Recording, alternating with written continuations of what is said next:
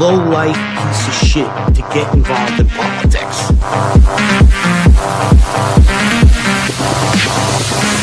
Who am I supposed to vote for? Am I supposed to vote for the Democrat who's going to blast me in the ass, or the Republican who's blasting my ass? Politics is just all one big ass blast.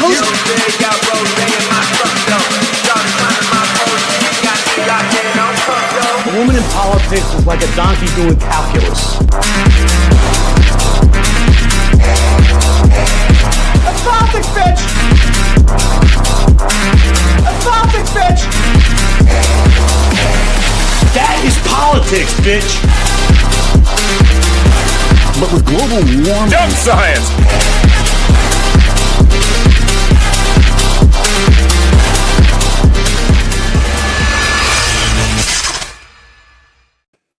Hey guys, how's it going? Matt from Foulball Productions here. Thank you so much for joining me today. I hope that you're doing well, because I'm doing phenomenally. Thank you very much. This is the 125th episode of the MFer Podcast. I thank you very much for joining me on this show today.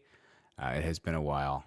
It has been a long time since I have podcasted. I've been through a lot. A lot's changed. Obviously, the setup is different. That's because I am no longer in Austin, Texas. I've moved. I moved across the country. I drove 1,800 miles in my car, 3 days, 10 hours a day, with my two cats from Austin to this little town in New York, in upstate New York. And boy, it was a harrowing journey, man. It was a lot. I don't know. And I was the only one. It was just me. Obviously, I didn't have anyone else to drive the car, so just 10 hours straight of driving every single day. It was a lot. But I was needed. I was needed home, and I'm here with family right now. And it's good. You know, it's been good. It's like a lot different. Obviously, it's dramatically different. You know, I'm not even from this town that I'm in. I didn't grow up here. My mom moved away. So it's all foreign to me, but it's a pretty cute little town. It's pretty nice, and I've been enjoying it. Roman, hello, Roman of the Empire. Good to see you, sir. Good to see you, sir. Hope you all appreciate the new setup, brand new setup. It's obviously a work in progress. I'm just tweaking it as I go. I'm I'm literally a right-wing streamer in my mom's basement right now. As the saying goes, as the insult goes, it happens to be objectively true right now. But, you know, there's a lot of room down here, so obviously I was able to kind of set up like a makeshift studio. And I'm going to tweak it and make it a little bit better. I don't know if it sounds echoey down here. It sounds a little echoey to me, but I don't think the mic's picking that up too much. So hopefully it'll go well. Hello, Zax. Good to see you, brother. I hope that you're doing well. I'm doing okay. I'm here. I'm back. I don't have a comfortable chair. I'm just sitting on like a regular, you can't even see it. It's just like a leather, like short back chair. And it's like, I have a chair in the mail coming, but I don't have it right now. So this is pretty uncomfortable. It has metal on the side. It's not the type of chair you want to be sitting in when you're streaming for hours at a time, but I will be having a new one, and I'll get back to the regular streaming schedule this week. I'll be back to doing the show. I'll be doing my Thursday show, my Sunday show on New American Vision, and I'm back. I'm back, baby. I'm back. It was a hell of a lot, though, man. I don't know the last time y'all have ever moved, like, or when y'all moved. It sucks. It really sucks, man. It took so much out of me to just pack up all the stuff in my house. Like, you really genuinely don't realize how much it is, how much is goes into it when you embark on this journey. Like, and I got a head start because I knew it was going to be a lot. And still, like, on the last day I was supposed to be in my apartment, I'm just scrambling. I mean, I'm like, oh shit, I completely forgot about that cabinet. I had to like scramble through that and throw everything in there. And even now, as I'm thinking back on it, I'm like, oh shit, I might have left stuff in the outdoor closet. There's like a closet on my patio. I was like, now that I think about it, I think I probably left some stuff in there too. It was so much work, man. So much just labor and driving stuff over and all that type. Oh God, it sucked. And then my reward was to be on the road for 3 days straight. But I made the most of the time. I listened to a few audiobooks I've been meaning to listen to. I listened to John Dies at the End, which is this kind of obscure, the book's not that obscure, but they made an obscure movie by Don Coscarelli, the guy who did the Phantasm movies in the 70s and Bubba Hotep and all that stuff. And he's a pretty interesting, it's a pretty interesting, I love the movie, and the book was really interesting. And then I say interesting again, idiot. And then I watched or listened to the audiobook of Starship Troopers, and I thought that was really cool. Because I remember years ago, like Red Shirt was telling me about the book itself and how like different it is from the movie and all the kind of theory and the sort of like military libertarianism, political philosophy of the book. And it was really interesting to engage it. The fact that that book was written in 1959, it does not feel like that. It feels relevant as hell to today. I was like, it didn't feel old. It didn't feel antiquated. There was only like one thing that I thought was kind of goofy, was like this complete misunderstanding of the way evolution works. But other than that, it was really good. And then the other night I was like, oh, you know what I should do? I should watch the movie and see how they adapted it. And to be completely honest, Verhoeven gets a lot of shit for not adapting that book particularly well, especially because, famously he tried to make it like anti-fascist propaganda and just ended up making like one of the most based movies ever. But there's like, the book is a lot of theory. It's a lot of lecture, and it reads like a war journal. For the most of it is really just about like this guy's kind of reflection on his time in the service and like his commitment to the whole thing and his perspective on it and the lectures and the classrooms and all the theories, which is really fascinating as a book, but I don't know how it would have translated to a movie. So I think like Verhoeven actually did a really interesting adaptation, all things considered. But there were some things he changed that I thought were really odd. Like I tweeted this yesterday and I was like, in the book, they go so far out of their way to make it clear that the genders are segregated like aggressively, right? Like there's a bulkhead like line of demarcation between the male side of the ship and the female side of the ship. But then in the movie, they're literally showering together, which I was like, why did you make that decision? Like and is that a comment on fascism? Like in a fascist like dystopia, is everybody showering together? I was like, it doesn't detract, and it's not like an insult to the book or anything, but it's just very odd, what's it called? An odd adjustment to make, an odd thing to switch. But I don't know. I thought it was really good. So, that's been the past few weeks. It's just been this fucking move, man, this drive. And it's not even permanent. That's the thing that sucks. It's only for like a few months. So then I'm going to have to go back and do all this shit again and drive back to Texas and, load up the car with the cats again, 3 days on the road and hotels and all that shit. I don't know. I guess I'll listen to some other audiobooks on the way. Hello, Boosh McFadden. How are you doing, brother? Good to see you, man. Good to see you. We're not going to be talking about Israel or the Jews today, so maybe you could stick around and enjoy the show. I hope that you do. Are we talking about the Austin Metcalf, Karmelo Anthony situation? We are going to get into that. We have got much to talk about there. Some really fun video clips that are just encapsulate a whole lot, But yeah, Matt, have you never showered with men? Well, I did play sports in high school, so we did have to shower together. I didn't care for that, but that was something that you had to do.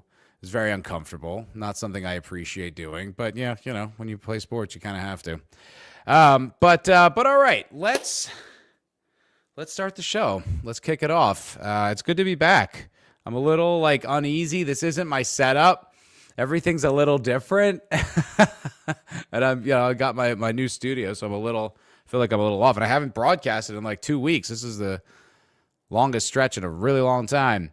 Oh, you recommend the Sisterhood of the Traveling Pants? Solid recommendation. Thank you very much, Zach. I will keep that in mind. So I don't really follow like sports ball anymore. Like I keep an eye on football because I just can't. I'm still, it's in my blood to watch football. I still do love it, but I don't really keep an eye on it too much.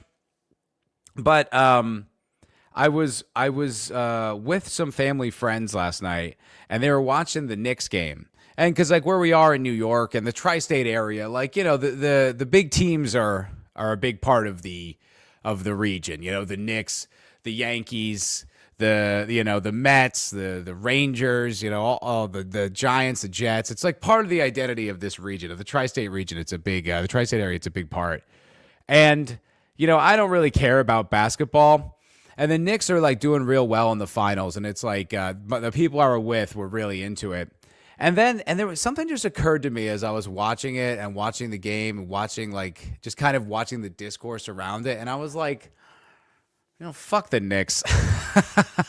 And the reason is not from some like regional pride, not like some kind of team related thing, but there's, you know how like groups or like activists like transpose themselves. They like take ownership of like a property, you know, like a video game, like what was that bug video game, Hollow Knight or something that all the trans people were trying to say like, oh, the bug is trans or whatever. You know, there's like movements of people that do that. They like occupy a thing and they kind of claim it. I feel like that's the Knicks with like third worldism and like the sort of giant brown like socialist mass of like New York City. I feel like that's who they identify with. Like Sneeko, the live streamer Sneeko showed up to like a finals watch party or whatever, like in a dress, like one of those like, you know, Saudi dresses or whatever with a Knicks jersey over it. He looked utterly ridiculous. Just, what are you doing, Sneeko? But it just occurred. It was like this thing, and then, you know, I'm no fan of Trump. In fact, I hate Trump. But Trump went to the game, and you know, when they're doing the national anthem, and he's saluting, and they go to him, and the whole place just boo. And when you hear that, right? Like, I don't think that's the boo of people who are like, oh, you sold us out for Israel. Like, I don't think that's the group of people who are like, oh, man, you know, if you had just followed through on mass deportations, this could have been so great. Why did you botch the tariff schedule? Why did you blow Doge? I think those are people who are like, immigrants. That was like the impression that I got. And I was just like, you know what? Fuck the Knicks. Fuck this whole, like, this third worldist, socialist, like anti-American, like anti-white mob of people. Fuck them. And I hope they lose. And I like the fact that it's kind of like middle America versus coastal elites. And then the fucking middle America won. Go Texas. Go Spurs. That's what I was happy. I was like, fuck yeah. Fuck you, Knicks. You know, do you guys think I'm crazy with that? Does that sound insane? There's just, you know, it feels like that. It's like, I can't really put my finger. You know how like the woke progressives kind of like have co-opted soccer. You know, like in these cities, they've made like soccer like their thing because it's third world and it's not American, and it's like and you know, red-blooded like football fans hate it. So they're like, yeah, I love soccer. I'm such a big soccer fan. I've been following the Portland fucking so-and-sos. The Portland, you know, short blue hairs, like whatever the fuck their ridiculous squad is. That I feel like that's the Knicks. I feel like that's in the professional sports, that's the Knicks. It's like it's like that kind of like, I think that defiant, you know, we want to march on the Republicans. You know, does anyone else think I'm crazy? Anyway, hey, what's up, Listless? How you doing? Those are communist boos. That's what I mean, right? Didn't it? It felt like that. I don't know if you saw it, but when I watched it, that's what it felt like to me. Like I always say this, and I've said it so many times, but I'm going to continue to say it, is that, look, I really hate Donald Trump. He betrayed my trust. He betrayed what I thought he was going to do with the country. I believed in this man, and I believed in the vision. And, you know, if anyone who's been watching this channel for a while knows that I was like a fan, I was unabashedly a fan, and I was like pumped for the run-up and the election. I thought it was going to work, and he totally betrayed us, and he's a traitor. And, you know, we just bombed Iran again today, broke the ceasefire after, I don't know how long it was, 70 days or something like that, a really long time. But we are back at war, hot war with Iran. See how long it lasts. I mean, it is just so tedious following that war. But anyway, the point is that all those people that booed him and all the leftists and all the people who we kind of find ourselves on the same line of I don't like Trump, they would hate him just as much, if not more, if he lived up to all his promises. If he executed all the things that we wanted him to do, that we elected him to do, they would hate him probably even more. So don't forget, we're not on their side. They're not on, team fucking based America first Chad type politics, right? Like they're still libs. They're still the problem. We still need to undermine them, even if we're going to use them to win in the midterms. Whiny crybaby bitch boys. Like the stream or you are gay, says Laura the Ree. Good to see you, brother. Thank you very much. And I concur with that sentiment 100%. 100%. Hell yeah, right? Let's go, Spurs. Let's go, Spurs. I want Sneeko to cry. A third worldist Muslim horde. Fuck off. And we're going to talk. This is going to be a very xenophobic stream tonight. It's going to get heated. It's going to get ugly. It's going to get vicious. Actually, I made a promise to myself to keep my head. Because a lot of times I actually do get kind of upset about these stories, especially the ones we're going to touch on tonight. Like they genuinely get me mad. And I'm trying to not spike my cortisol. I'm trying to keep it chill. You know what I mean? Keep it chill. You saw a game when I lived in Texas? Fuck yeah. I saw a game too. I went to the Spurs stadium a few years ago. They sucked back then. This was like maybe 3 years ago. They were so bad. But it was fun.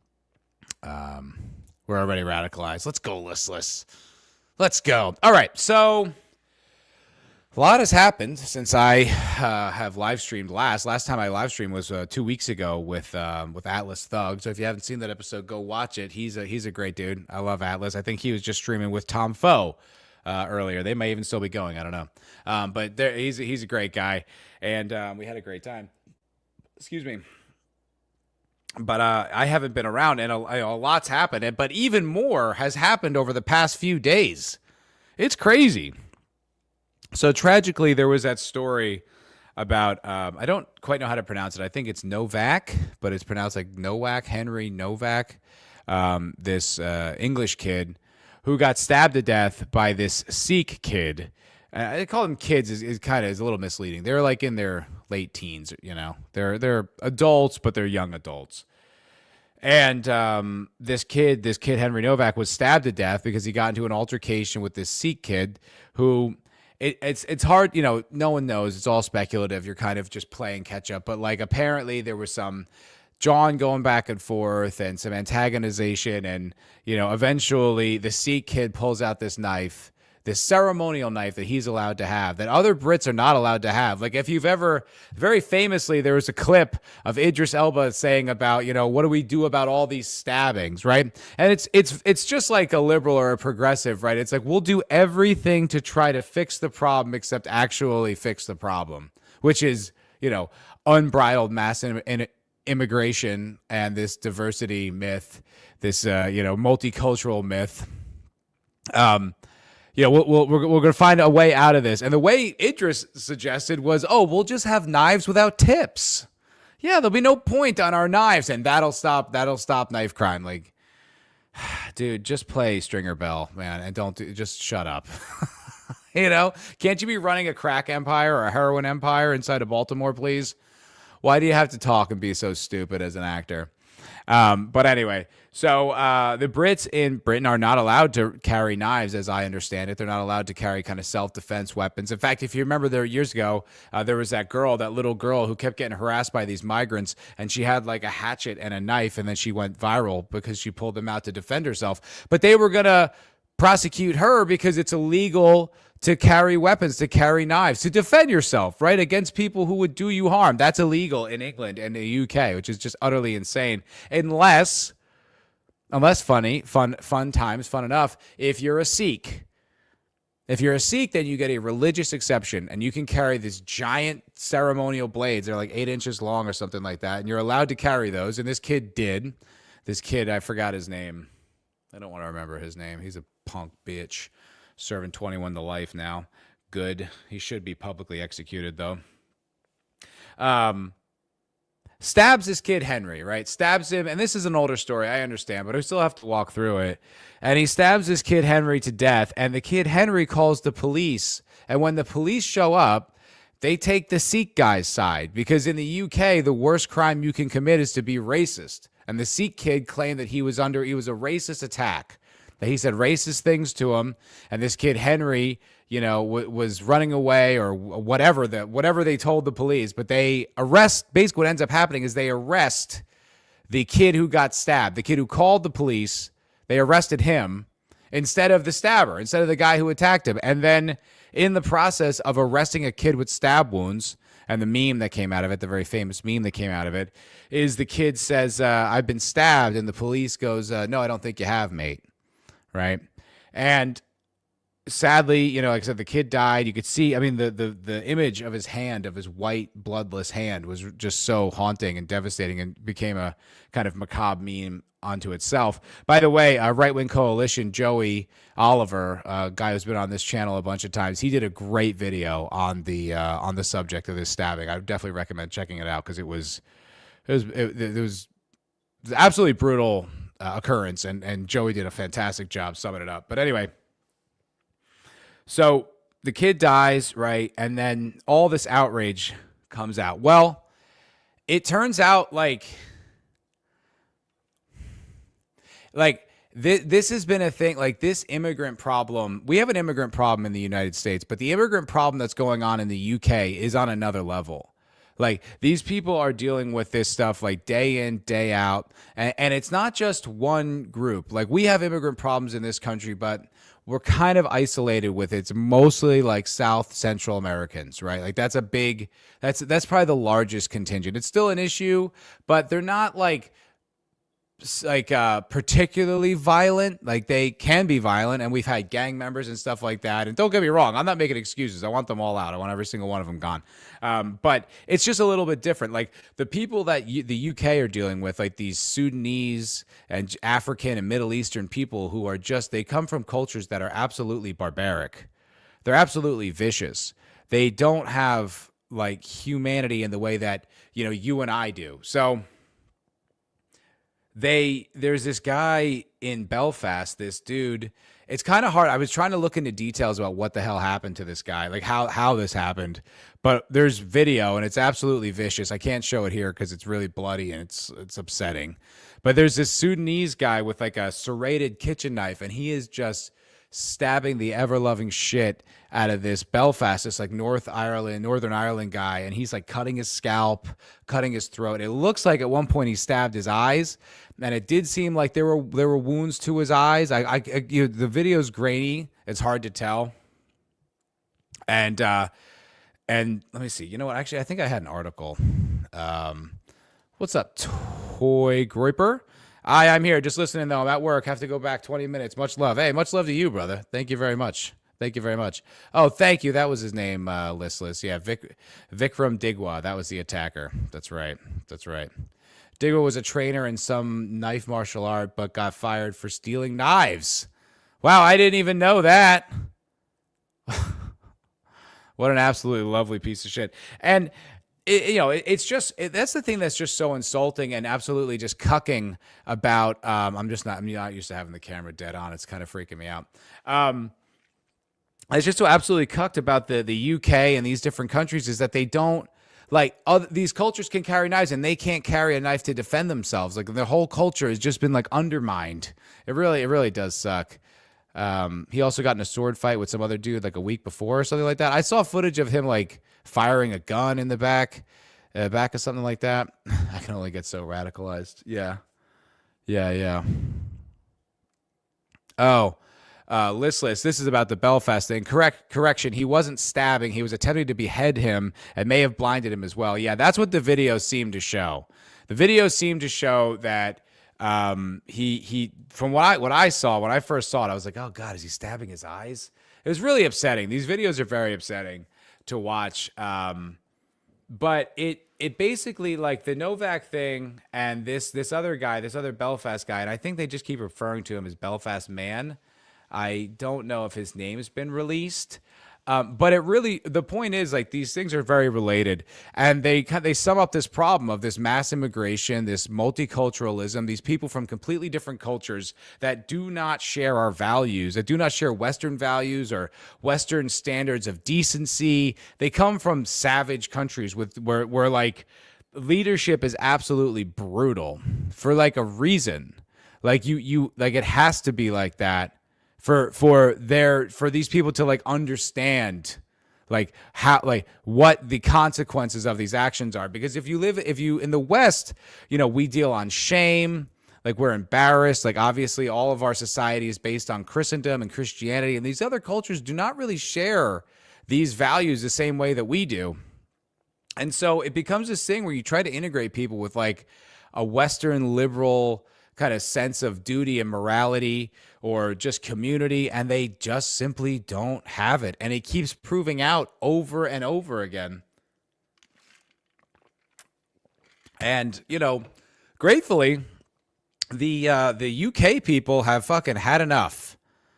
And like, finally, like I didn't understand what it was going to take. Like, look, I have to say this, and I mean it, by the way, but I'm not advocating for violence. I'm not advocating for any kind of violent action whatsoever. I abhor political violence. I don't think it's productive. I think it's, you know, it's dangerous. It's counterproductive. It usually just kind of gives the state what they want because they're really good at countering like, you know, destructive political action.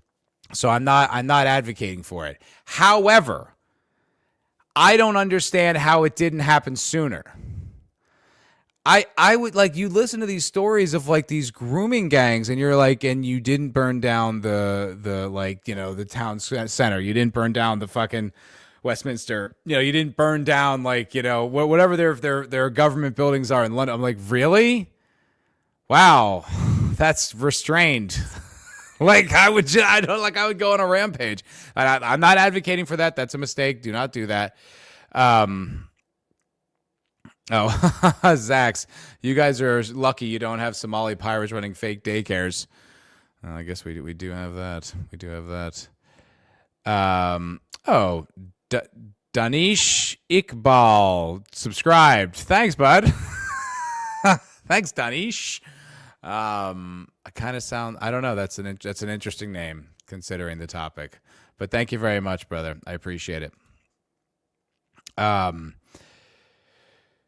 Listless is saying he was a 40-year-old white guy. That's all we know of the victim. He is alive. Last I heard, because the hero bystanders ripped the guy off him and beat him with a bat. So proud of my people, lol. Yeah, no, that was actually kind of sick. So this guy, I mean, the video is absolutely vicious. I mean, this Sudanese guy is on top of him. The guy's, even his hands are like, he can't even do anything with his hands. And the guy's like cutting into his scalp. And it looked like at one point he cut into his eye. He starts like sawing at the guy's neck.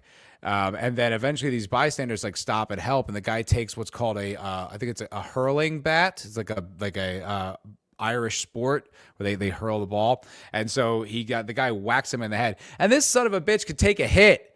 He cracked him good, and that guy, it was like he took it on the chin. You could almost see the guy was shocked that he hit him right in the head, and it didn't affect him. I guess, you know, when you have that low of an IQ, there's not as much brain mass, you know, inside that skull, so it doesn't really hurt quite as bad. It doesn't really knock him around. But they eventually got the guy free, and I think the guy's in critical condition. I mean, it's an absolute tragedy. It's absolute tragedy. But the point is that Northern Ireland, England, Scotland, people started making some real statements, and the North Irish were not fucking around. They were not messing about at all. So this is from Sky News, and the Belfastians, is that how you say that? Belfastians, the Northern Irish, they took to the street.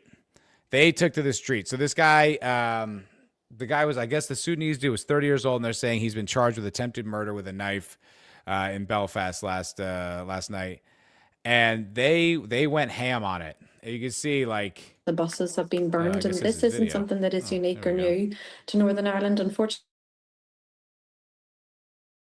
this only has because of different incidences, perhaps not ones linked to those today, but there was a lot more incidents. And I remember seeing that. Yeah, there we go. So yeah, people are just honestly had enough and took to the streets and kind of like organized mobs. And they were even going after, these are like immigrant row houses. They start like, I guess that's where they house, like where the government, that's the other thing too that drives me nuts about all this stuff is like, we always end up paying for it, right? Like, is it we're paying for our own destruction? Like our own genocide, our own replacement is being subsidized by the government, you know? It's just like, it's all so tiresome. It's also tiresome. But these guys like knew what they were doing. They weren't messing around. And like, you know, domestic violence, not like hitting people, like, you know, violence inside of your own country by your own people is not something that the Irish are, you know, unfamiliar with. I mean, there was the troubles for all those years and like the IRA and like car bombs and all types of stuff. So these are the type of people that they will take to the streets. They will make these actions. They will not let stuff like this go. And like I said, I don't understand why it took so goddamn long. Like I said, I think it's not good, you know, because it's like, honestly, like I don't know how it plays out. Like, I don't know how you affect the change that you want. I don't know how that you can take to the streets and be violent and be destructive and get the changes that you want. But then again, you look in this country and they rioted for an entire summer with the endorsement of the state, with the endorsement of the, you know, liberal democratic machine having their back. And then they did get to defund the police in many major cities. So I don't know. I guess there's evidence that it works. It's hard to say. It's hard to say don't be violent when it's like, well, look, burn down your cities and then you'll get your political demands met. And then out of that, we got the best gift of all, which was police body cams. And police body cams are the gift that just keeps on giving. I mean, you look at police body cams and you're like, oh, black people have always been lying. Because you just like, every single one, you're like totally justified. That guy's insane. He attacked a cop. There's all the stills of like the woman with the knife like coming at him. And you're just like, oh, so you weren't being harassed by the cops. You were being appropriately dealt with. We just couldn't ever see the truth. Like, I hate to be that insensitive about it, but it does seem like, wow, that must have been the case because we don't see these constant incidences of you being harassed by the cops unfairly. I don't see it. Every single time I see it, it's like, oh no, completely deserved. Completely deserved. Yeah, take him down, shoot him. You know, it's like it's every once in a while you'll get one or two that are like, oh, well, that was kind of fucked up. But generally it's like, no. So going back to this story, it's like, I honestly, like, when you look at, you know, I'm very mad at the situation here. I'm extremely mad at the situation here, right? I think that this country is being gutted. White people are being replaced in like in our own country, in a country, you know, founded by white Christians and European values, and it is being completely irreparably transformed into something else now. But it's a slow death. And it's a policy death, and it's bad, and there's lots of consequences of it, but it's not as dramatic. In Europe, the violence that comes along with this mass immigration, to me, is the most enraging, like, horrific shit I've ever seen. And the fact that it took this long for even these mild little bits of violence to come across is honestly shocking to me.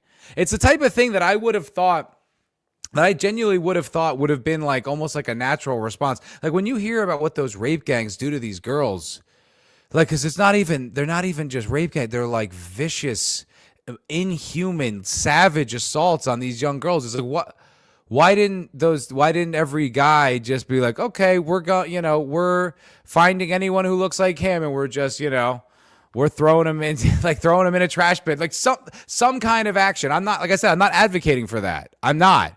But it would just seem like that would be the natural reaction. And I guess it finally boiled over, and it was just enough. It was with the kid with Nowak and this other guy, the Belfast man, who got killed got stabbed. But they just absolutely had enough. And it's like, you know, like I said, I don't support it, but I completely understand. It makes perfect sense to me. And it's the type of thing where it's like, yeah, if your government is going to just completely, like, remember in Canada, right, with COVID? Now it was a different situation, but even protesting was illegal. So it's like you import millions of people, you destroy their ability to, the populace's ability to even voice objections, because like in the UK and in England, if you say something about a negative against it, you can go to jail. And there are many people in jail. Like I was listening to, once again, Right Wing Coalition had this guy on, this English guy. He wrote a book, but he was in jail for like a year for stickers that he made that were like insensitive. And they weren't even that aggressive. They were just, like cheeky kind of political slogans. And he got arrested and went to jail for a year for that. So the government, you're not even allowed to voice your displeasure at the mass immigration, where they're the grooming gangs and they're stabbing the citizens and they're just disrupting and taking and destroying the culture irreparably. What do you think is going to happen? How could a violent reaction not be completely inevitable? I don't know. I honestly thought, because I was looking at X before I started the stream, and I was looking at like the Belfast stuff like that, and I didn't see quite as much. Like there was stories going around of like on whoa. Okay, you know what? I'm wrong. This is a video, I guess, from 3 hours ago. Is this accurate?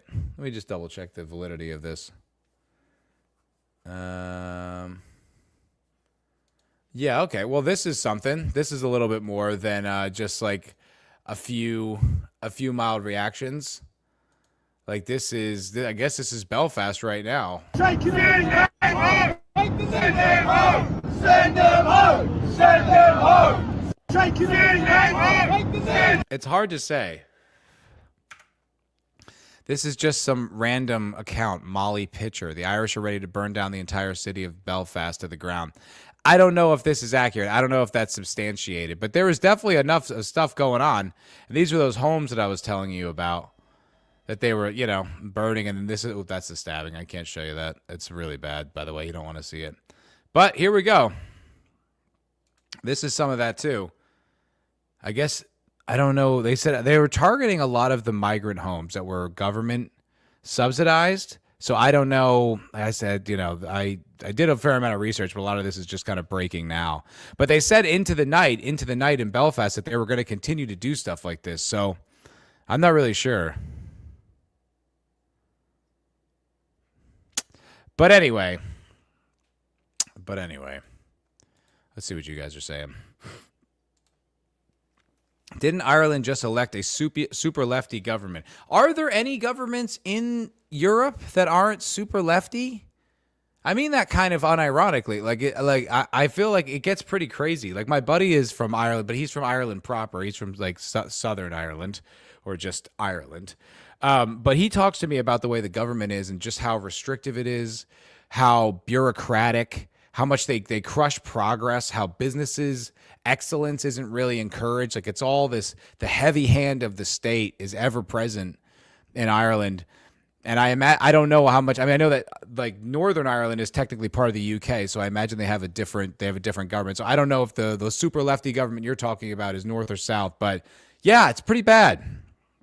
Yeah, they're all super lefty. They're all super lefty. It's on an insane level because it becomes this pressure of bureaucracy. And then even the things that are good about living in like one of those European systems where it's like, well, at least I get health care that's paid for by the state. Like even that's becoming like a complete disaster. Excuse me, because you're having like all these people just flood into the country and take advantage of medical services. And like they didn't pay into that. They don't pay the taxes that like fund that. So like the resources are spread too thin. And these like these things that you're like, oh, well, okay, yes, I live in an oppressive, dystopic, bureaucratic nightmare, but I get healthcare. Well, now you don't even get that. Now you don't even get healthcare. This will go on all night. Yeah, I bet it will. The survivor stories are horrific. I imagine you're talking about like the rape gangs. That's some of the most despicable shit I've ever heard. And the UK government, even through social media, was able to kind of censor quite a bit of the reality of those cases. And it's so barbaric. And it's like, we're going to get into the other story with like Karmelo Anthony and stuff. And we're going to talk about that a little bit. We're just going to kind of have some fun. But when it comes to these like really vicious, senseless murders and stuff, I mean this with sincerity. I know it's kind of like I'm just saying, like, I'm wish casting. It's not something that we will likely ever bring back at least anytime soon. But I really genuinely think we need like kind of public executions and torture again. Like, I know this sounds crazy, but you know, when you have those mass shooters and stuff, and I used to think about this when they would do that. And like, if the worst penalty you're going to get is like jail or even like kind of like a delicate, gentle execution, that's not really a deterrent. You know, it's really not quite sufficient to deter people for doing that. Because if you know at the end of that, if you get caught, you're going to be slowly tortured to death. You're not risking that shit. You're that crazy impulse you have. That's coming down. Like, you're not going to do that. And I think that was the reason why we used to do stuff like that. Now, I'm not. I know that's not realistic, but I'm just talking. Like, I'm just talking. Right? I'm just having I'm not advocating for this policy. I'm not writing up my torture bill. But I think these things they served their purpose, and more than that, like the Karmelo Anthony. Like that type of guy, or this Digman Sigwa, whatever the fuck, and this student, like, I think they need to be publicly executed for the community to have like a sense of catharsis. There needs to be like tangible justice. You know, it's like, it's fine that you're putting people in jail. That's great. But like this Sudanese animal, like, is that going to be a better situation for him or worse? Like, what, like, I don't think like him going to jail is going to be all that significant. You know, it's like this guy comes from like a third world nightmare. You know, Sudan had like a genocide, like, you know, a few decades ago.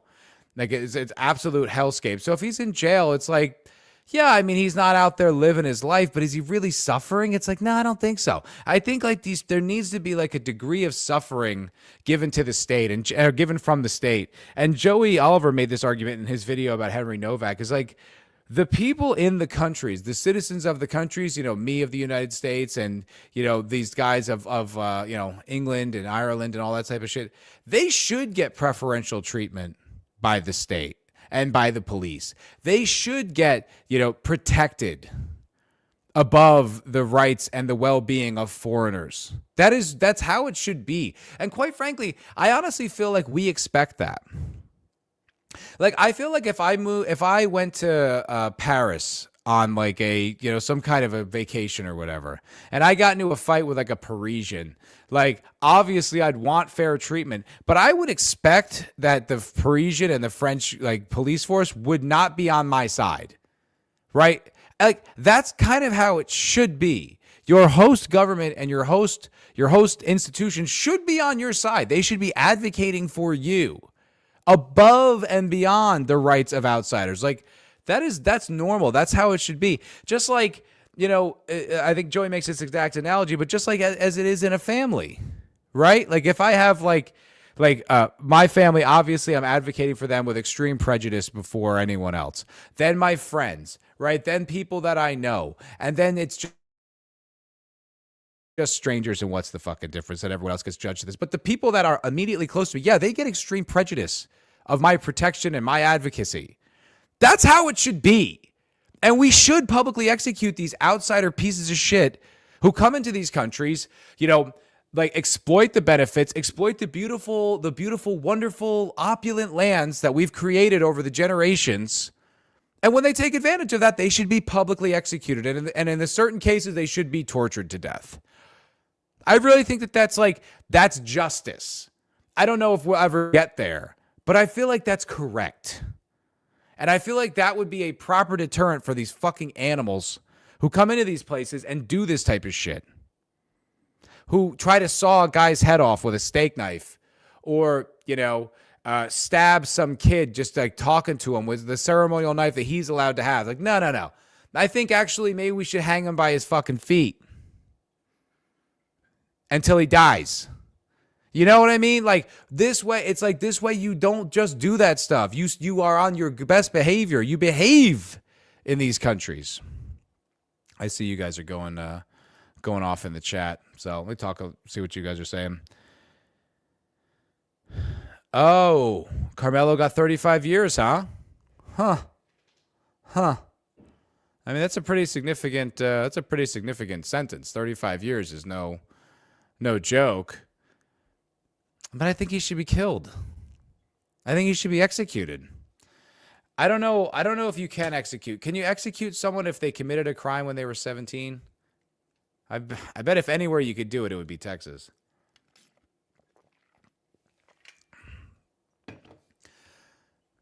But, Listless says, if you seriously ask people about reintroducing capital punishment, you usually get over 50% in favor.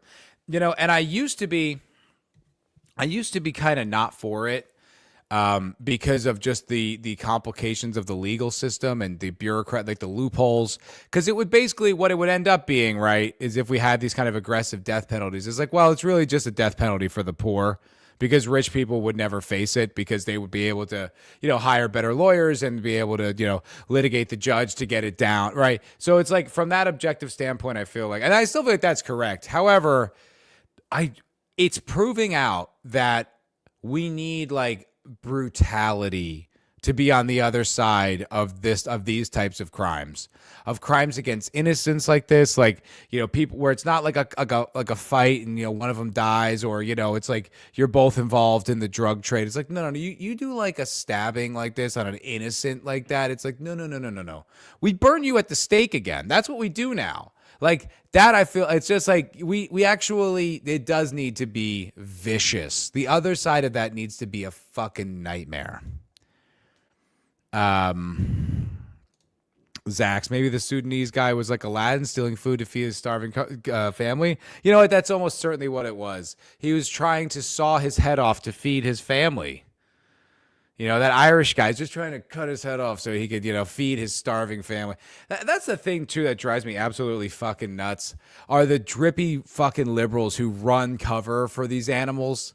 The people who's like, it's their job. It's like it's their business to undermine this like functioning society. Like, I think about that with white women all the time who are just so pro like immigrant and minorities and all this stuff. I'm just like, bitch, like, what do you think the situation would be if you lived in a country that was predominantly run by, let's say, Indians? You want to see what actual rape culture looks like? Go to fucking Bangladesh. Go to New Delhi. Go to India. That's like, they just rape. That's just something they do over there. And it's like, these girls are just like, yeah, bring them all in. It's like, what, you expect them to be, what, more egalitarian? They're going to protect your rights and your feelings more? I don't fucking think so.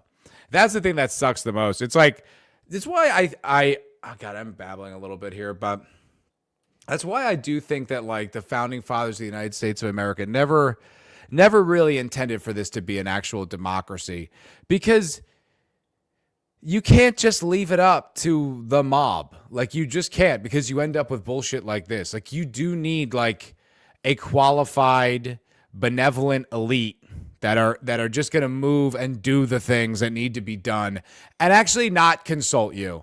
Yeah, you know what?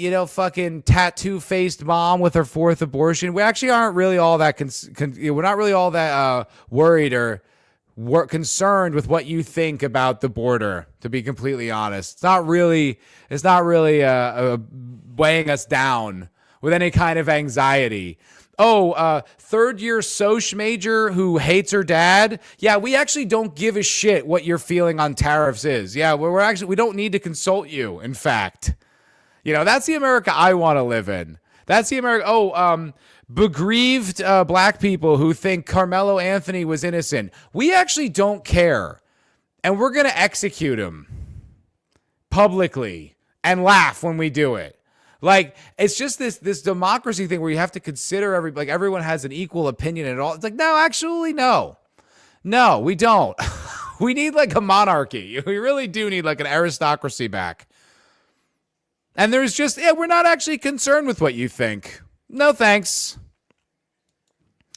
Boosh is saying, not in Texas. You can't execute him when he's 17. I kind of understand that, I kind of understand that. It does seem like a lot. But then again, I don't know. When I was 17, was I dramatically different when I was 18? You know what I mean? Like, would I become a completely different person the day I turned 18? Like, I know we have to draw the line somewhere. We have to make a legal distinction somewhere.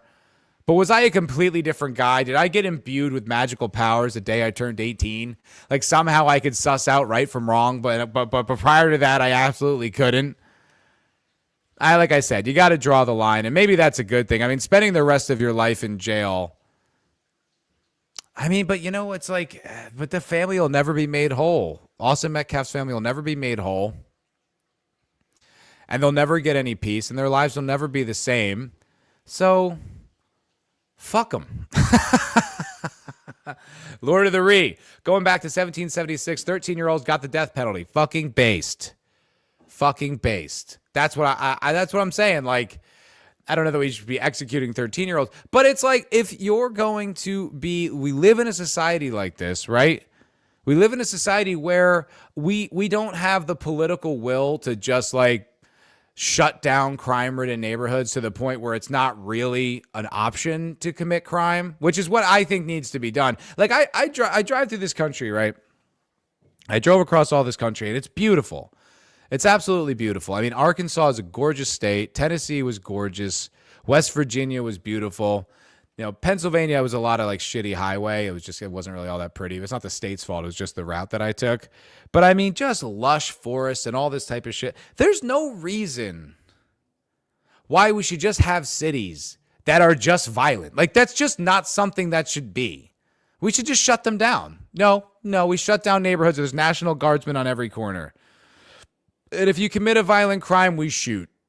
It shouldn't be like that. We should not have violent, like, dangerous neighborhoods. We have AI. We have people like casually just sending out, like, privately for their own fun, making spaceships that do all types of amazing things. We have telecommunications. I'm talking to you. You know, what country are you guys in? It's like, it's all over the fucking world. We can do all that, but somehow we can't stop Memphis from being incredibly dangerous. It just baffles us. We can't figure it out. We could crack the fucking atom, bring the sun to the surface of the earth, but when it comes to policing, we're at a loss. Your guess is as good as ours. I don't know. Maybe we teach people not to be racist. We'll give that a shot. It's just like, it's just absolutely insane. Like, I feel like we've all been conditioned to believe certain things that we just should not have ever accepted. No, I don't care the factors. I'm not actually really all that curious about, like, understanding the lives in the community. I don't care. I don't care. What I care about is it's safe and the crime is shut down. Just shut it down. Just shut it down. Like, I don't give a shit, you know? Like, you get to a point, right? It's like, I think when I was a kid, when I was probably like, you know, college age, right? I probably thought, if I listened to me say this, I'd be like, oh, you're racist. You know, you don't understand. Like, you know, there's this system and all this stuff. But then as you live longer, you're like, oh, no, that's not the problem. That isn't the problem. Everyone in this country, as long as I've been alive, has been falling all over themselves to not be racist. And look where we're at. Things just seem to be getting worse in the black community. So you're like, okay, well, actually, it wasn't the racism, was it? Oh, it was the system. Oh, whatever. Fuck off. Alaska, brah. Me mom died in the Holly. I'm sorry to hear that. Did she get turned into a lamp? Did your grandfather get made out of soap? I'm sorry. That's too bad. Look at all these Western democracies. They all suck now. I'd rather have a king, lol. It's like not, and this is not, that's not an ironic, like, people are unironically discussing this, you know? It's like, I mean, Curtis Yarvin kind of has that point of view. He has like that CEO mentality, where it's like, yeah, well, you know, it'll be like the CEO kings, which I'm just like, I don't know about that. You know, I don't think we want Peter Thiel to be running a nation state, but I understand the point. And it's like, yeah, it makes sense. Boosh. This is about Karmelo. Parole in 17 years, but he needs to be a good little boy and not cause any problems per Texas law. And I bet he won't. I bet he will not, you know, because he obviously wasn't like a real tough kid, right? Because he got into a fight with another guy at 17, and his first reaction immediately, like to when faced with conflict, was to stab the other guy, to stab him to death. It saddens me when whites are standing up for themselves. How do we come to this? It breaks my heart when we stand up for ourselves. Why can't we be good little goy doormats? That's what we should do. You know, our historic injustices that we have. Well, Nick Fuentes, I was listening to Fuentes the other day, and he made such a great fucking point. He was talking about Tucker, and he was dressing down Tucker. And, you know, he says every time Tucker goes and talks about these stuff, he says like, you know, we don't believe in blood guilt. You know, it's not about Jews. It's about Zionists. It's not about, you know, whatever, fill in X group. It's about the individual perpetrators or whatever. And we don't believe in that. And we're supposed to be better that and above that. And he's like, yeah, I agree. I'm a Christian. I don't believe in blood guilt, but they do. They do. They're still holding white people accountable for slavery. And I was like, that's exactly right. It's like the white race at large is held accountable for slavery in the West, you know, and like, that's true. And it's like, it's such an asinine thing to hold like American whites accountable for, because in the United States of America, I think like even at its peak, it was like 5% of white people, 5% of people in the country had slaves. So even of the country at that size, it was only 5% that had slaves. Now you could argue, oh, they lived in a system that, you know, they capitulated it. It's like, well, I live in a system right now with plenty of things that I wish would change, and they fucking don't. So I don't think I'm not guilty for mass immigration is what I'm trying to say. Like, just because I happen to be living here while this shit's going on does not make me as an individual, as part of it, guilty. But furthermore, the majority of American whites came over to this country well after that. They came over during the 20s to 30s.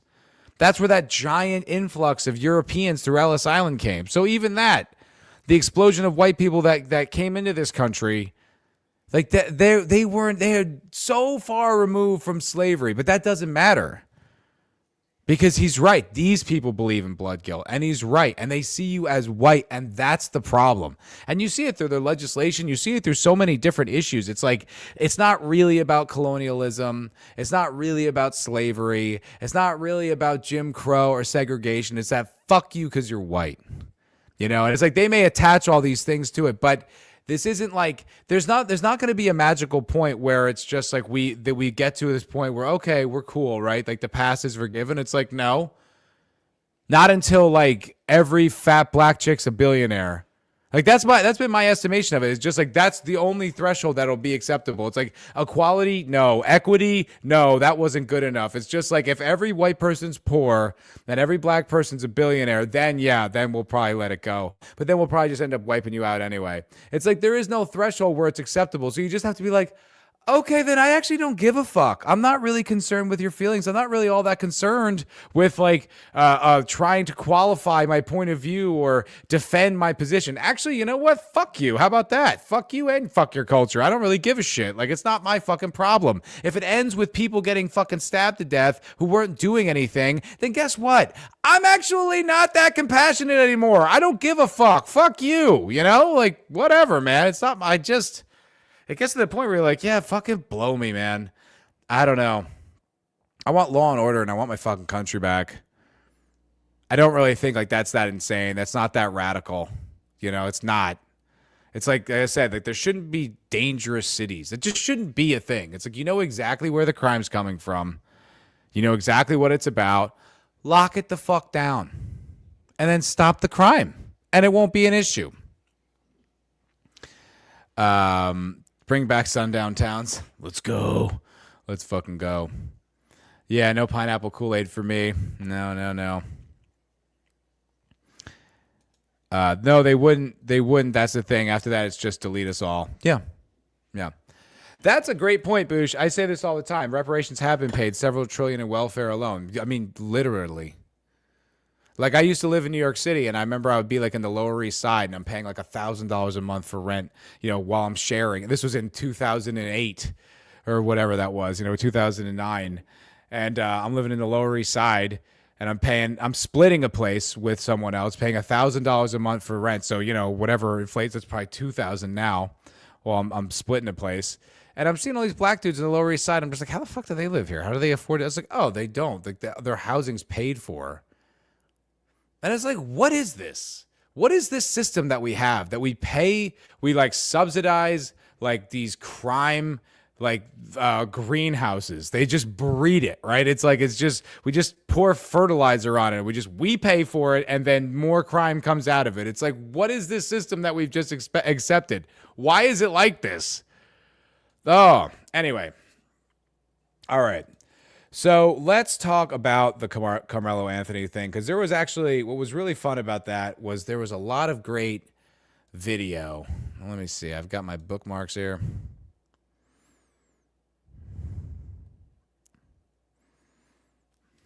Yeah. Oh, man. Dude, the Belfast thing is absolutely nuts. I don't know what to say. I hope that Europe fixes itself and finds its way through all this bullshit, because it really is just awful. But so we're talking about Karmelo Anthony, right? The teen. He's just the teen Karmelo Anthony. So as I understand it, this happened last year. Everyone kind of knows the story. But Karmelo Anthony is this kid, this teenager kid.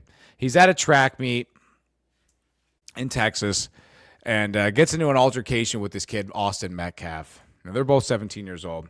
Now, apparently, as I understand it, Karmelo was being a piece of shit, being like a punk ass. And they had these different tents for the different running teams. And he's not in his team's tent. And Austin, like, repeatedly is like, hey, get the fuck out of here. This isn't your tent. This is not your team. Like, fucking beat it, bro. And he doesn't comply, which blows my mind. I don't know. I can't even fathom that would happen. It's just so shocking to me. It's like, really? Okay. I mean, all the video evidence I've seen completely contradicts that. But, hey, I mean, if you say so that someone was being treated reasonably, that this kid was being treated reasonably and asked to be of reasonable request, and he didn't comply with that, it's just like, okay, I'm going to guess if you say so. But it ends up escalating, and it seems like almost, as much as look, we can get pretty racist with this one, but as much as I think with the Karmelo Anthony thing, what I think it comes down to actually more than anything is it seemed to me more like school shooter thing. Like Karmelo Anthony's in this tent being like a punk motherfucker. And, Austin, tries to push him out, eventually does come to shove. And that's when he pulls the knife out and stabs Austin Metcalf. The vibe that I got from that understanding and remembering what it was like in high school was more like school shooter, like crazy kid who's like a pussy. And doesn't like that he's a pussy. He doesn't want to like learn how to fight, or just wants to undo that dynamic. So he just gets a weapon and just loses that way. That was how I read it, because immediately afterwards, apparently Karmelo Anthony was like, "Is he okay?" Like he asked if the kid was okay. I don't know where the like kind of race angle comes into it. So Karmelo Anthony stabs Austin Metcalf. Austin Metcalf dives almost immediately in his twin brother's arms. Absolutely tragically. And I think I remember this was when the dad came out and was like, hey, we don't want any more division. We don't want to make this about race. It's just like, bro, every time you people say that, it's just like, it makes it worse. I'm sorry. At some point, we do have to start connecting the dots that this is about race. I don't know what you want me to do about it. It seems mighty consistent. It just seems mighty consistent. That doesn't mean you need to start immediately discriminating against everybody who has that skin color or is from that said culture. But that does mean you have to start observing the pattern. And you have to deal with that observation. You have to put that observation into practice and treat it as fact. And not speculation, and not conspiracy theory, and not racism, just fact. Sorry, it's real. The longer you pretend that this is not real, the worse it gets. So anyway, And I feel bad for that guy's dad. That sucks. He lost his son, and it's like he's so cooked. He's like, don't be racist. It's like, I would be wearing a Klan outfit and burning crosses if my son got murdered for something stupid like that. I would be the most racist man alive. But whatever. So that happens. And then the black community in this country, like, as what, you speculate that, oh, I guess they really just hate white people. And then you see that the Give, Send, Go that Carmelo Anthony's family ran got like $500,000 of support because, poor Carmelo Anthony, these racist white people like provoked him into fighting, or they were bullying him, and he stood up for himself, or whatever. But you can see examples of this every day on X. Anytime you go on X, if you see any kind of a situation where it's involving like a black person and a white person, or a black person and like a Hispanic person, there will invariably, no matter how egregious the thing in the video is, invariably in every single one of these posts, there will be some black guy or black girl defending the black person purely on the grounds that they're black. Like there was one, I saw this video, and it was kind of a famous video of this boxer. I forgot his name, but he was a professional boxer. I think he had won a title. And he's at a football game, like a Bills game, and there's this black guy getting in his face, right? And he's like really aggressive. And the boxer is just like, I can't, it's just like, all right. He kind of like walks away, like laughing, like, you don't know how close you came to just having your fucking head, punched off your body. And then in the comments, there was this black girl, and she's like, you don't know that he's not as skilled. It's like, yes, actually we do. Because if that black guy was as skilled as that boxer, that black guy would be famous for boxing. Because he would be that good of a boxer. Because that guy's a professional. That guy's won belts. He's one of the best in the world. But it doesn't matter. Because it comes down to the fact that it's just like there's going to be an immediate, yeah, exactly, listless, an immediate tribal response of just support no matter what. And you see this. And you see this was exemplified so much with this Carmelo Anthony situation. You saw it immediately. It was like the Give, Send, Go. It was like, and you're like, this kid clearly murdered this kid over like not even an insult, just being like, hey, you're in the wrong tent. Like, get the fuck out of here, kid. Like I that's pretty brazen anyway. Like I guess I played high school sports. I wouldn't imagine like going to the other team's like locker room or whatever and just hanging out and expecting that to be like okay, obviously. But so, the like this whole situation. So, he's like telling him to get, and then he just stabs him and murders him. And then the black community is just like, oh, this poor victim. We're on his side. We're on his fucking side. Listless says it's why the 2 black people on the jury had to be dismissed. Clear bias. Wow. That's really fascinating. I didn't know that. What's up, Grim? How you doing, brudda? Good to see you, Chief. How are you? Shut up, Carl. The only people who don't realize we're already in a race war is the white guy. Is that me? Am I the guy who doesn't realize it? But I think it's this thing where it's just like, it's like what Fuentes was saying. It's like, yeah, well, they believe in blood guilt, man. It doesn't mean we need to change our values. It doesn't mean we need to, start looking at the world or looking at people differently. But we do have to recognize that there are adversaries out there. And our crime is that we are white in a prosperous society that did well. And that's enough. That's enough of a crime. And so that's real. It's not how I want to think. It's not how I want to look at the world. I really don't like, because I grew up in New Jersey. It's a diverse state. I went to college in New York City. I've lived in LA and Austin. These are all very diverse places. And I don't want to have to live my life like that. I really genuinely don't want to have to be the type of guy where I look at someone now that I don't know and I'm making assumptions or generalizations, or I'm articulating in my mind possibilities about who they are based on their race. I don't like doing that. Because I don't want to, because I do genuinely want to give individuals a chance. And I still do. I still live up to that. But as these things go on and as you start to see this stuff, you start to realize, man, there are consistent patterns here that are hard to overlook. You know, I still carry in my heart, because I think it's the right thing to do, is to still give individuals a chance. And I would advocate that everyone else do that as well. But I would love it if we all were just individuals and this tribalism wasn't a thing, but it just becomes so obliquely real, and you're just like, what are you supposed to do? Just not notice it anymore? Just look the other way about this shit? It's like, no, I'm sorry. It's too fucking real. It's too fucking consistent. And, you know, I think that's one of the big reasons with this big push for multiculturalism and you know, the browning of America is because, well, they can gang up politically and then enact their will. And then we are truly an extinct people. Like I always say, it's like you expect them to be, what, egalitarian? You know, these countries who did not come up with egalitarian liberalism, that do not have political systems approaching anything like that. You know, political systems that are rife with corruption and kidnapping and bombings and murders and shooting up funerals and all types of horrific, and more than that, you expect those people, when they are in power of this country, that they will be more egalitarian than we are, than this current iteration of the government, of the power structure is? They're going to be more considerate.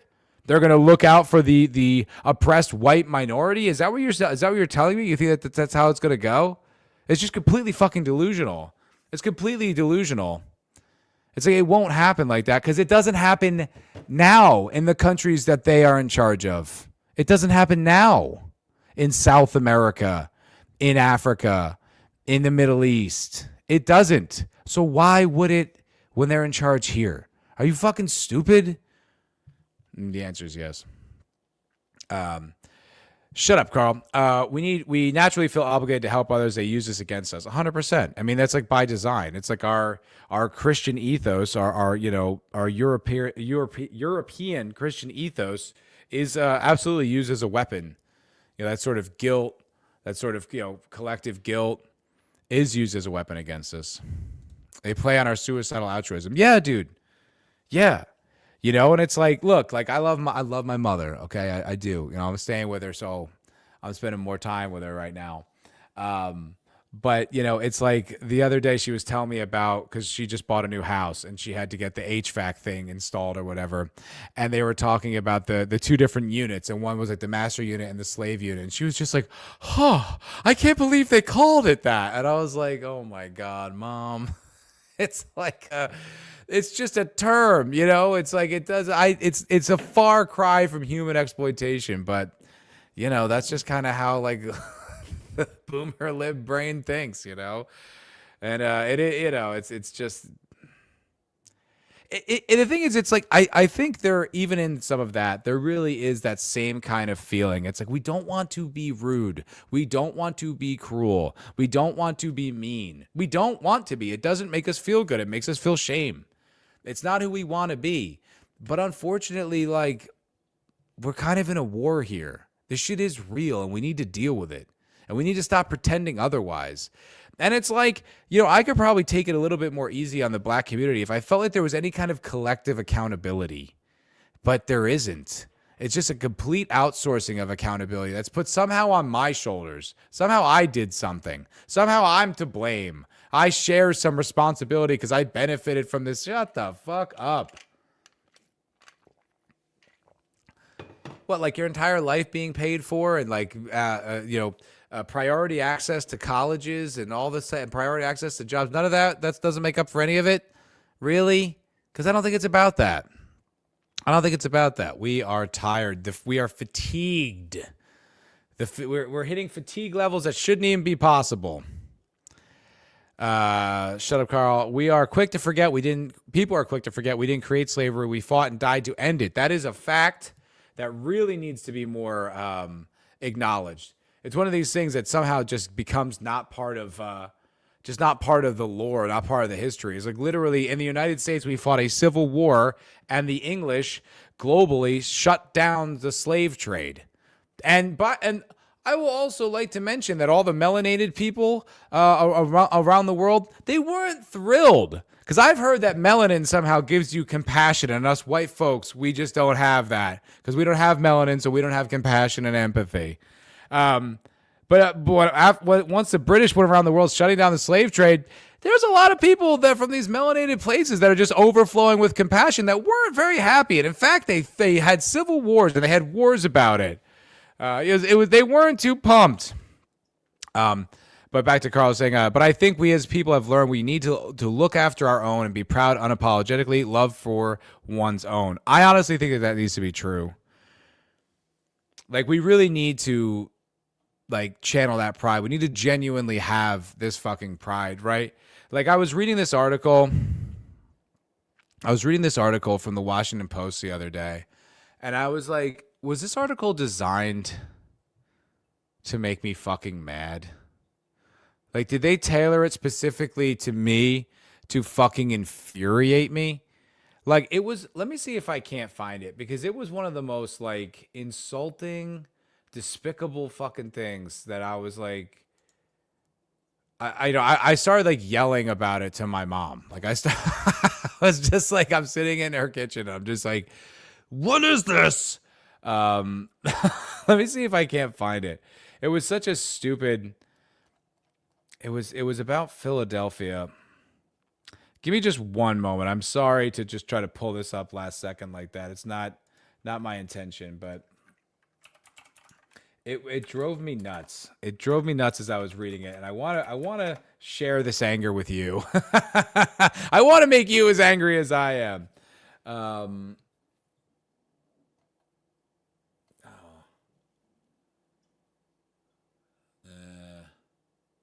Oh, there we go. This is it. Great. Fantastic. All right, we're gonna put the Karmelo Anthony thing on hold for a second, and we're gonna talk about this one. And like I said, I swear to God, this article was designed to piss me off. It was designed to fucking make me mad. Okay. It says, over shared meals, Philadelphians write a recipe for citizenship. Residents talk about immigration, belonging, and what it means to be a good neighbor ahead of America's 250th, and it's an antidote to some of Trump's policies. So, okay, right off the bat, they're talking about the 250th year celebration of the United States, right? Should be sick. That should be sick, especially in Philadelphia, right, where the Declaration was signed, Liberty Bell's there, Constitution Hall. Like, it should be sick. It should be a lit-ass 4th of July, man. It should be awesome. We should just be like, yeah, we are the best. We fucking rule. And instead, we get this. The sound of 100 voices speaking various languages bounced around the Catholic school gymnasium like a basketball. Ooh, Tim. Very well put. The diverse group of Northeast Philadelphia residents... The diverse group. We're off to a great start. Some whose families have been here for generations. Others brand new to the country. I wonder how many of the others. I wonder what population of them is others, and what population have been here for generations. And is that generation more than one? Is it? Are they the second generation? So technically, it's generations. Tim. The conversations many carried out. I hate it so much. The conversations, many carried out through interpreters. Oh, that's great. That's exciting. Were designed to coincide with the nation's 250th birthday in a city where immigrants helped build the nation, and officials believe they are needed now more than ever. Well, I'd love to know which officials you're talking about, Timbo. Which officials feel that that's the case? Because I don't fucking feel like that's the case. I know I'm not official, but I don't think that that's, and I know plenty of other Americans who do not think that that's actually true. And by the way, this thing that they try, this game they try to play where they say immigrants helped build the nation. Did immigrants build the nation, or did settlers build the nation? Did settlers go out onto the frontier and carve out this fucking country from rugged, raw, dangerous wilderness? Was that really what happened? Which one was it? And these immigrants, where were they from? Exactly? Were they from Pakistan? Were they from Eritrea? Did they come from Bangladesh? Myanmar? Singapore? Paraguay? No, motherfucker. They came from Europe. These were Europeans that created this country, this nation of immigrants, of Europeans, man. Total bullshit. We are here to break bread together at a time when the nation is deeply divided over immigration, diversity, and citizenship. Yes, we're divided in the sense that you want to undermine and destroy the country. We don't. Harris Sokoloff, the event moderator, said his residents dined on food from local Pakistani and Colombian restaurants. You know that Philadelphia soul, that Constitution, Declaration of Independence soul of Pakistani and Colombian food? That's going to really ring in the 250th with some sospitas or whatever the fuck, whatever they eat in Colombia. Good food. And look, by the way, I like diverse food. I'm a food fucking snob. I love all different types of food. I like exotic food. That having like a Pakistani restaurant or a Colombian restaurant is not the same thing as having a fucking open door, okay? A few can come. A few. Not 100 million. All right, let's slow down with the 100 million. Good food leads to good conversation. We believe what you have to say about being a good neighbor is important. Oh, great. The Breaking Barriers dinner is one of 22 community meals scheduled in seven of Philadelphia's most diverse neighborhoods this year. Oh, they're very diverse neighborhoods.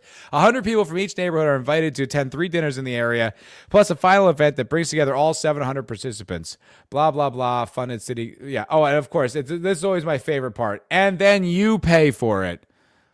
As a resident of Philadelphia, you pay for it. It's always at $575,000 in city grants. It's always taxpayer funded. It's always subsidized. It's never just an authentic fucking, real event. It's like, no, it's subsidized by the taxpayers. So it's like you're paying for your own destruction.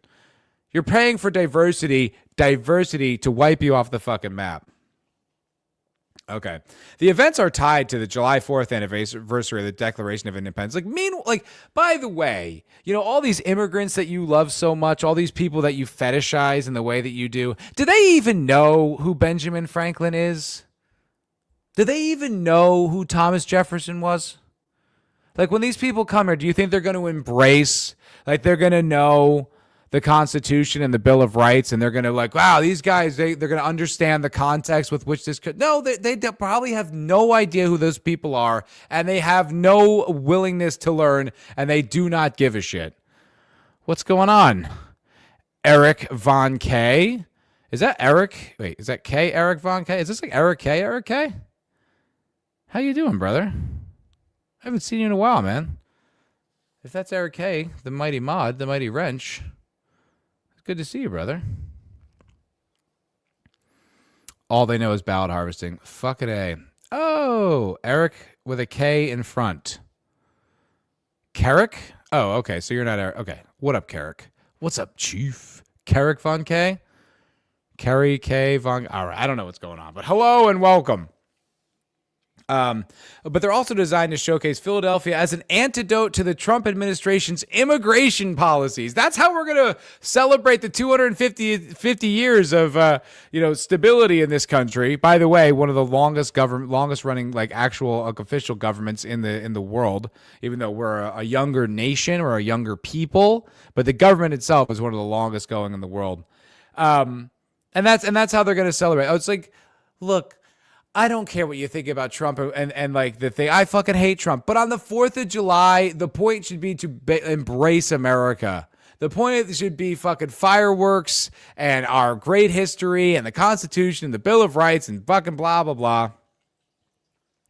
But the Trump administration's policies that have made it harder for both legal and undocumented immigrants to move to the United States. Oh, really?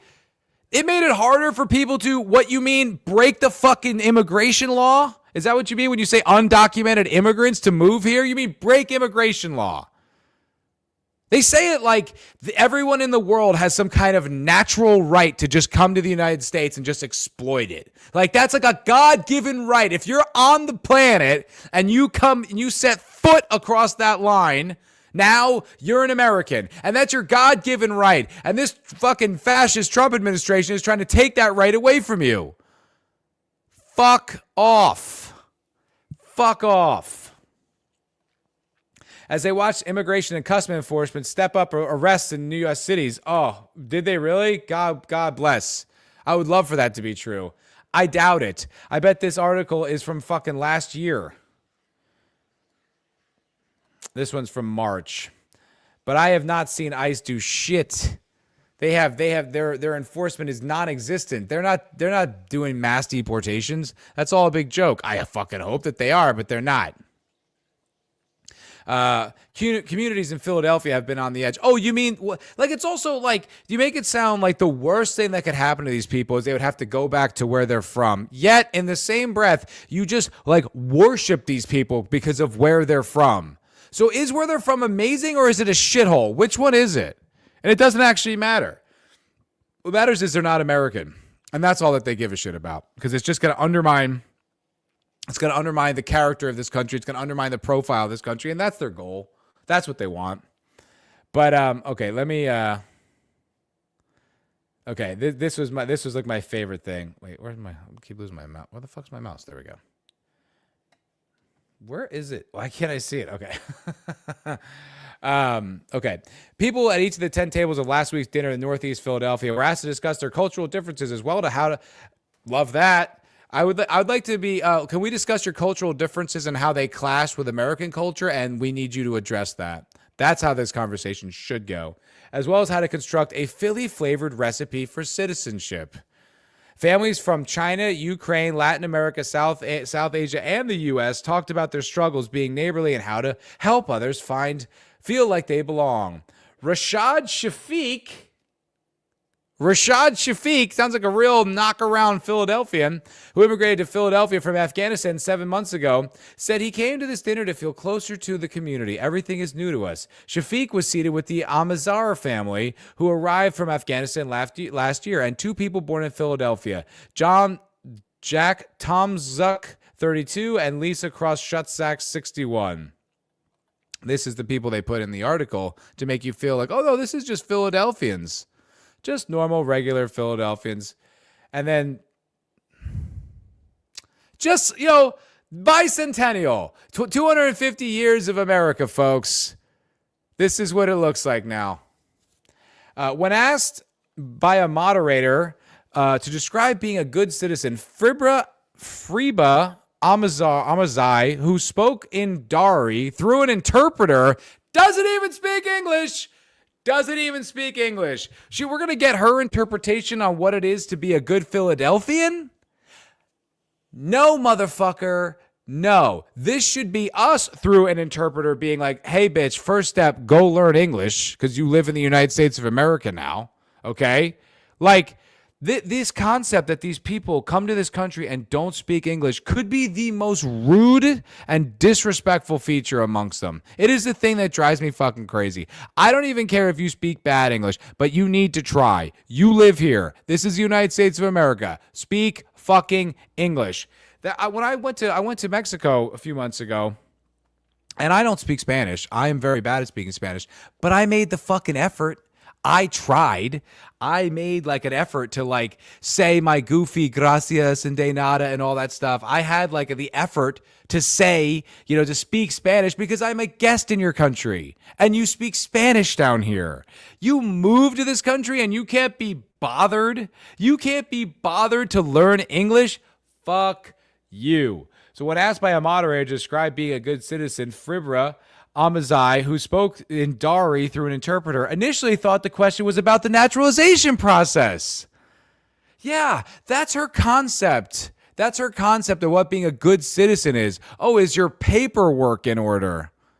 Do you technically qualify to be an American citizen? Not about values, not about laws, not about any kind of virtue. No, is your paperwork in order? This is from the fucking Washington Post, just trying to just boil my piss. Just trying to make me furious. Ugh. All right. Well, that was a fun little time. Hello from England. Well, hello to you, Tracy. Hello from England. God bless out there. I'm rooting for you. I was talking about you guys, earlier with the whole thing with that guy in Belfast and the demonstrations and the protests that are going on. I'm with you. God bless you. Honest to God. You guys, I mean, what you guys have to go through, your government's fucking insane. Nothing but love. But anyway, that is going to do it for this episode of the MFer Podcast. I appreciate you guys hanging out with me. We did not get to the Karmelo Anthony thing tonight, but that's okay. I feel like you guys pretty much know the story anyway. You know the deal. There were just some fun videos on X of like the supporters, like his supporters just being like, oh man, they're like devastated and angry and emotional. It's like, this is your reaction to a murderer going free? Is you're angry? Like, this is the thing. It's like these people have there is no sense of justice. It's not like a sense of morality or goodness. No, it's literally, did we get one over? Did we, as a collective tribe, win? And by win, I guess they mean get away with murder. It's just fucked up, man. Absolutely fucked up. So that's going to do it for this episode of the MFer Podcast, guys. I appreciate you very much. Thank you. I hope you guys had fun on this show. Obviously, I'm kind of still getting settled in here with my new studio, but I'm working on it, and I plan to bring you all more content, more guests and such. I will be doing the MFer Podcast on Thursdays. This will be, I guess. Now I'm trying to. I normally do it 8 Central, so that'll be 9 East for my new time. And Sunday night, do the New American Vision show. So I appreciate you guys hanging out with me on this Sunday night. And I will see you guys in a few days. Take it easy.